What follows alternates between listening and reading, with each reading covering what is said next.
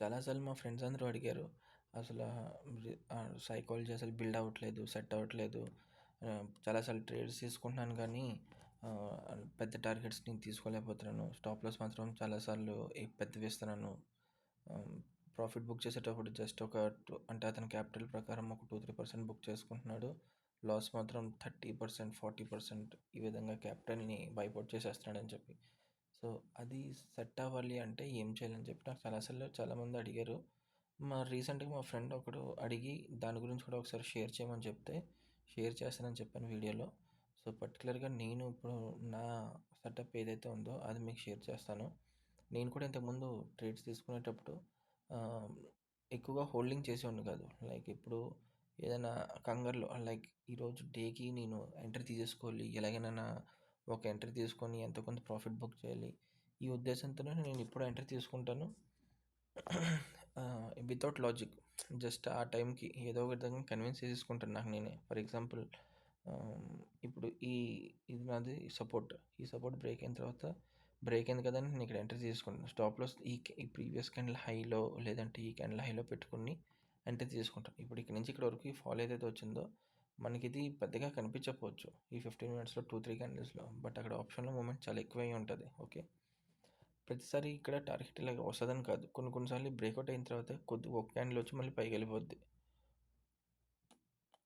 ఎగ్జాంపుల్గా అయితే ఇక్కడ ఇక్కడ చూడండి, ఈ ఇది కూడా ఇక్కడ ఇది సపోర్ట్ ఎలాగో ఇక్కడ కూడా ఈ లెగ్కి ఇది సపోర్ట్ కదా. ఇది బ్రేక్ అయిన తర్వాత మనం ఇక్కడ ఎక్కడ ఎంట్రీ తీసుకుని ఉంటాం. తీసుకున్న తర్వాత స్టాప్ లాస్ ఈ క్యాండిల్ పైన లేదంటే ఇక్కడ ఎక్కడో పెట్టుకోవాలి. ఇలాగైతే రిస్క్ రివార్డ్ చాలా తగ్గిపోద్ది. ఓకే, మన స్టాప్ లాస్ పెద్దదైపోద్ది, రిస్క్ ఎక్కువైపోద్ది, రివార్డ్ చాలా తక్కువైపోద్ది. ఎందుకంటే ఇక్కడ నుంచి ఎంత పడుతుందో మనకు తెలియదు కదా. బ్రేక్ అయింది కదా అని ఇక్కడ ఎంట్రీ తీసుకున్న అందరి పరిస్థితి ఏంటి చూడండి, పైకి వెళ్ళిపోతూనే ఉంది మార్కెట్ చాలా రోజుల నుంచి. సో ఒక ఆప్షన్ ట్రేడర్ కన్నా మనం ఎప్పుడూని మన రిస్క్ రివార్డ్ని చాలా తగ్గించుకుంటూ ఉండాలి. ఎందుకంటే ఆల్రెడీ మనకి టైం డీకే అనేది ఉంటుంది. అందులోనే మన 30% అనేది స్టాప్లో సెట్ అయ్యే ఛాన్స్ ఎక్కువ ఉంటాయి. సో మిగతా 70% మాత్రమే మన ప్రాఫిట్ బుక్ చేసుకోవడానికి స్కోప్ ఉంటుంది. అలాంటప్పుడు మనం ఎలా మెయింటైన్ చేయాలని చెప్పేసి కూడా నేను చెప్తాను. బట్ ప్రజెంట్ అయితే నా సెట్ ఆఫ్ రూల్స్ ఏదైతే ఉన్నాయో అవి మీకు షేర్ చేస్తాను. ఇక్కడ చూడండి, నా సెట్ ఆఫ్ రూల్స్ ఏంటంటే పర్ మంత్కి ఇప్పుడు నాకు ఎగ్జాంపుల్గా చెప్తున్నాను. పర్ మంత్కి నాకు 1 lakh శాలరీ వస్తుంది. సో నా ఇన్వెస్ట్మెంట్ 1 lakh పర్ మంత్కి. ఓకే, సో 22 డేస్ కింద డివైడ్ చేశాను. అలాగే అంటే 2 డేస్ ఏదైతే వీక్ ఆఫ్ ఉంటుందో దాన్ని తీసేసి 22 డేస్ మంత్లీకి కిందన డివైడ్ చేస్తాను. అలాగే మనకి ఈ ట్రేడింగ్ సెక్షన్స్ కూడా 22 డేస్కి ఉంటుంది. అంటే పర్ డేకి నాకు 4545 రూపీస్ వస్తుంది అప్రాక్స్.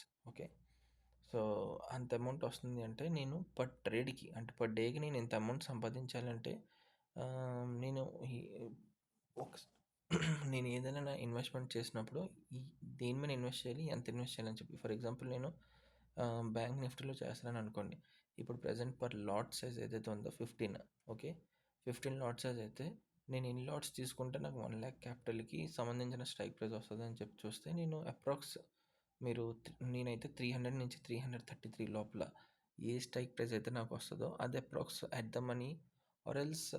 ఇప్పుడంటే కాంట్రాక్ట్ సైజెస్ ఇవన్నీ పెరగడం వల్ల అవుట్ ఆఫ్ ది మనీ వెళ్ళిపోతుంది. బట్ నార్మల్గా at the money are in the money max వస్తుంది 300 నుంచి 333 లోపల అయితే. ఓకే, అది నాకు 1 lakh క్యాపిటల్ లోపలే వచ్చేస్తుంది. సో అందులో 20 లాట్స్ తీసుకుంటాను నేను. ఓకే, 20 లాట్స్ అంటే నా రిస్క్ బట్టి చెప్తున్నాను. 20 లాట్స్ తీసుకుంటాను. ఆ 20 లాట్స్కి నేను మినిమం 4.5% నేను నా రిస్క్ పెట్టుకుంటా. మినిమం 4.5. సో ఒక్క ట్రేడ్ నేను ఎగ్జిక్యూట్ చేసేటప్పుడు నా రిస్క్ ఓన్లీ 4.5% ఉంటుంది నా క్యాపిటల్లో. కంప్లీట్ ఇన్వెస్ట్మెంట్ నేను ఏదైతే చేస్తున్నానో 1 lakh దాంట్లో 4.5% నేను స్టాప్ లాస్ పెట్టుకుంటాను. నా టార్గెట్ దానికి డబల్ ఉండాలి. అలాగే కొన్నిసార్లు నేను టార్గెట్ కూడా నేను అంటే నాకు తెలుసు ఇక్కడ నుంచి మూమెంట్ ఇలా వస్తుందని చెప్పి. బట్ మూమెంట్ ఫర్ ఎగ్జాంపుల్ మీకు ఎగ్జాంపుల్ చెప్తున్నాను. ఇన్ కేస్ ఇప్పుడు ఇక్కడ నుంచి మన సప్లై ఉంది, ఇక్కడ ఫాలో అవుతుందని చెప్పాం అనుకోను మనం, నాకు తెలుసు. సో ఆ ర్యాలీ నేను మిస్ అయిపోయాను. నేను ఎండ్ ఆఫ్ ద డేకి చూస్తున్నాను లేదంటే ఇంకో 1-2 అవర్స్ ముందే నేను మార్కెట్ ఓపెన్ చేశాను అనుకున్నాను. ఇన్ కేస్ నేను ఇక్కడ ఎక్కడో ఉన్నాను ఈ పర్టికులర్ ఈ జోన్లోను, ఈ సపోర్ట్ అయితే ఖచ్చితంగా బ్రేక్ అవుతుంది. ఈ లోవర్లో ఏదైతే ఉందో అది ఖచ్చితంగా బ్రేక్ అవుతుంది. బట్ నా రిస్క్ రివార్డ్ యాక్చువల్లీ చిన్నది వస్తుంది. రిస్క్ మాత్రం చాలా పెద్దయిపోతుంది అనే ఉద్దేశం ఉన్నా, లేదంటే నాకు తెలుసు రిస్క్ అనేది నేను చిన్నది తీసుకుంటాను. యాక్చువల్లీ నేను ఇక్కడ ఎంట్రీ తీసుకోవాల్సింది. ఇక్కడ నాకు ఒక ఎంట్రీ దొరుకుతుంది లోవర్ టైమ్ ఫ్రేమ్‌లో అనుకోని, నాకు అది తెలుస్తుంటే ఈ లో బ్రేక్ అవుతదని చెప్పి నేను ఇక్కడ కూడా ఎంట్రీ తీసుకుంటా. బట్ నా రిస్క్ అప్పుడు ఏదైతే 4.5 పెట్టుకొని దానికి త్రిబుల్ 4 టైమ్స్ పెట్టుకునే రిస్క్ రివార్డ్ ఏదైతే ఉంటదో అది ఇక్కడ నేను తగ్గించుకుంటాను. సో, నేను ఎప్పుడూ ఒక ఆప్షన్ బయర్‌గాన నాకు నేను పెట్టిన పెట్టుబడిలో మినిమమ్ ఒక 10% నా క్యాపిటల్‌కి రిటర్న్స్ వస్తుంది అంటే నేను ఎగ్జిట్ అయిపోతాను. అది ఎంతొచ్చినా 10% మినిమమ్ తీసుకుంటాను.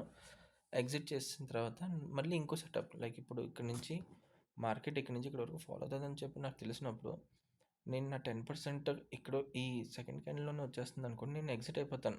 మళ్ళీ ఈ లెగ్‌లోని నాకు మళ్ళీ కన్ఫర్మేషన్ ఎక్కడైనా ఇచ్చిందనుకోండి మళ్ళీ నేను ఎంట్రీ తీసుకుంటాను. మళ్ళీ అక్కడి నుంచి ఎంట్రీ తీసుకొని మళ్ళీ ఇంకో 10% బుక్ చేసుకుంటాను. ఎందుకంటే నాకు స్ట్రక్చర్ గురించి ఐడియా ఉంది. లైక్ పర్టిక్యులర్‌గా ఓవరాల్‌గా ఎక్స్టర్నల్ మార్కెట్ ఏం చెప్తుంది? ఇంటర్నల్‌లో మనం ఎంట్రీస్ ఎక్కడ తీసుకోవాలి? ఇదంతా నాకు తెలుసు కాబట్టి నేను ఈ పర్ డేకి ఏదైతే 6.5 అవర్స్ ట్రేడింగ్ సెక్షన్ ఉంటుందో, ఆ కంప్లీట్ ట్రేడింగ్ సెక్షన్ అంతా నేను చేయను. నాకు నాకు నచ్చినప్పుడు నాకు ఎప్పుడైతే వీలవుతుందో ఆ టైంలో మాత్రమే చేస్తాను. డేకి 1 ఆర్ 2 ట్రేడ్స్ మాత్రమే తీసుకోవడానికి నాకు స్కోప్ ఉంటుంది. ఆ 1 ఆర్ 2 ట్రేడ్స్ తీసుకొని సెక్షన్ క్లోజ్ చేసేస్తాను. మిగతా టైం అంతా నా ఫ్యామిలీతో స్పెండ్ చేసుకోవడము, నా పర్సనల్ లైఫ్‌కి నేను స్పేస్ ఇచ్చుకోవడం లాంటివి చేసుకొని నా పనులు నేను చేసుకుంటా. ఇంకా ఇప్పుడు మీరేమైనా పర్టికులర్‌గా వర్క్ చేస్తున్నారంటే 8.5 అవర్స్ వర్క్ చేస్తున్నారు. అక్కడ స్ట్రెస్ ఎక్కువ ఉంటుందని చెప్పి అక్కడి నుంచి ఇలాంటి దాంట్లో దేనికైనా ఒక ఇన్కమ్ వచ్చేటట్టు మీరు చూసుకోవడానికే కదా ఈ ట్రేడింగ్ అనేది మనం తీసుకున్నాం. అలాంటప్పుడు మళ్ళీ మీరు ఇక్కడ కూడా డబ్బులు వస్తున్నాయి కదా అని డే మొత్తం ఇక్కడ కూర్చోలేరు కదా. ఆ మెంటల్ టెన్షన్స్ తీసుకొని ఇవన్నీని. ఇప్పుడు మీకు ట్రేడ్స్‌లో ప్రాఫిట్ వస్తుందంటే ఓకే.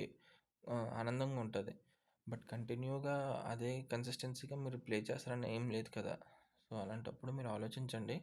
డే మొత్తం ఇక్కడ దీంట్లో స్పెండ్ చేయకుండా మనం ఫ్యామిలీతో స్పెండ్ చేయాలని చెప్పే కదా ఈ కెరియర్‌ని ఎంచుకున్నాం. సో, నేనైతే ఈ కెరియర్‌ని ఎంచుకోవడానికి మెయిన్ రీజన్ అయితే అదే. నా స్పేస్ ఏదైతే ఉందో నేను దాన్ని ఎంజాయ్ చేయాలని చెప్పి ఫ్రెండ్స్ ఆర్ ఫ్యామిలీ తోటి. అందుకే నేను ఈ కెరియర్‌ని ఎంచుకున్నా. సో, ఇందులో నేను నాకు ఎంతైతే రావాలనుకుంటున్నానో అంటే పర్ డేకి నేను ఏదైతే 4,500 సంపాదించాలనుకుంటున్నానో అది ఇందులో నాకు వచ్చేస్తే నేను ఎగ్జిట్ అయిపోవచ్చు. అలా కూడా చేయొచ్చు. లేదంటే నేను పర్టిక్యులర్ టైమ్ ఫ్రేమ్ ఏదైతే పర్ డేకి నేను ఒక హాఫ్ అన్ అవరో, 15 మినిట్సో, 1 అవరో నేను స్పెండ్ చేయాలనుకుంటే ఆ 1 అవర్‌లో నాకు ఎన్ని ట్రేడ్స్ దొరుకుతాయో అన్ని ట్రేడ్స్ చేస్తాను. మీరు రూల్స్ పెట్టుకోండి. చాలామంది చెప్తారు డేకి 2 ట్రేడ్సే తీసుకోండి, 3 ట్రేడ్సే తీసుకోండి అని. అవి మీ సైకాలజీ అది మీ సైకాలజీ మీద డిపెండ్ అయి ఉంటది. నాకైతే నేను నేర్చుకున్న ఏదైతే ప్రిన్సిపల్స్ ఉన్నాయో, మార్కెట్‌లో తీసుకునే ఎంట్రీస్ ఎలా కొడుతూ ఉంటాయో, ఇవన్నీ నాకు తెలుసు నేను నేర్చుకున్నాను. అది నాకు కొద్ది కొద్దిగా అర్థమవుతుంది, తెలుసుకుంటున్నాను. సో, దాని ప్రకారం నేను ఎన్నైనా ట్రేడ్స్ తీసుకోవచ్చు. బట్ మల్టిపుల్ ట్రేడ్స్ తీసుకోవడం కూడా సైకాలజీ డిస్టర్బ్ చేస్తది. ఆ ఉద్దేశంతోటే చాలామంది అంటారు డేకి 2 ఆర్ 3 ట్రేడ్సే తీసుకోమని చెప్పి. బట్ నేనైతే అలా రెస్ట్రిక్షన్స్ ఏం పెట్టుకోలేదు. నేను ఎన్నైనా ట్రేడ్స్ తీసుకుంటాను. బట్ హై ప్రాబబిలిటీస్ ఏదైతే ఉంటాయో అలాంటి ట్రేడ్స్ మాత్రమే నేను ఎక్కువగా ప్రిఫర్ చేస్తాను. మిగతాదంతా జస్ట్ నేను ఒక ఎడ్యుకేషన్ పర్పస్‌కి మాత్రమే మీతో షేర్ చేసుకుంటున్నాను. ఓకేనా? ఇదే నేను పర్సనల్‌గా యూజ్ చేసే సెటప్. అలాగే మీకు ఎంతైతే సాలరీ వస్తుందో అది మీరు ఇక్కడ పెట్టుకొని డివైడ్ చేసుకొని ఎంతైతే వస్తుందో దాన్ని బట్టి మీరు పర్సెంటేజ్ పెట్టుకోండి. డేకి ఇంత ఇన్ని ట్రేడ్స్ తీసుకుంటే ఒక ట్రేడ్‌కి నా రిస్క్ ఇంత ఉండాలి. రివార్డ్స్ ఇంత ఉండాలని చెప్పి మెన్షన్ చేసుకోండి. ఓకేనా? మీకు దీనివల్ల మీకు ఏదైనా హెల్ప్‌ఫుల్ అయితే మంచిది. లేదంటే మీరు కామెంట్స్‌లో మెన్షన్ చేయండి. ఇంకేమైనా చేంజెస్ చేయాలనుకుంటే చేంజెస్ చేద్దాం.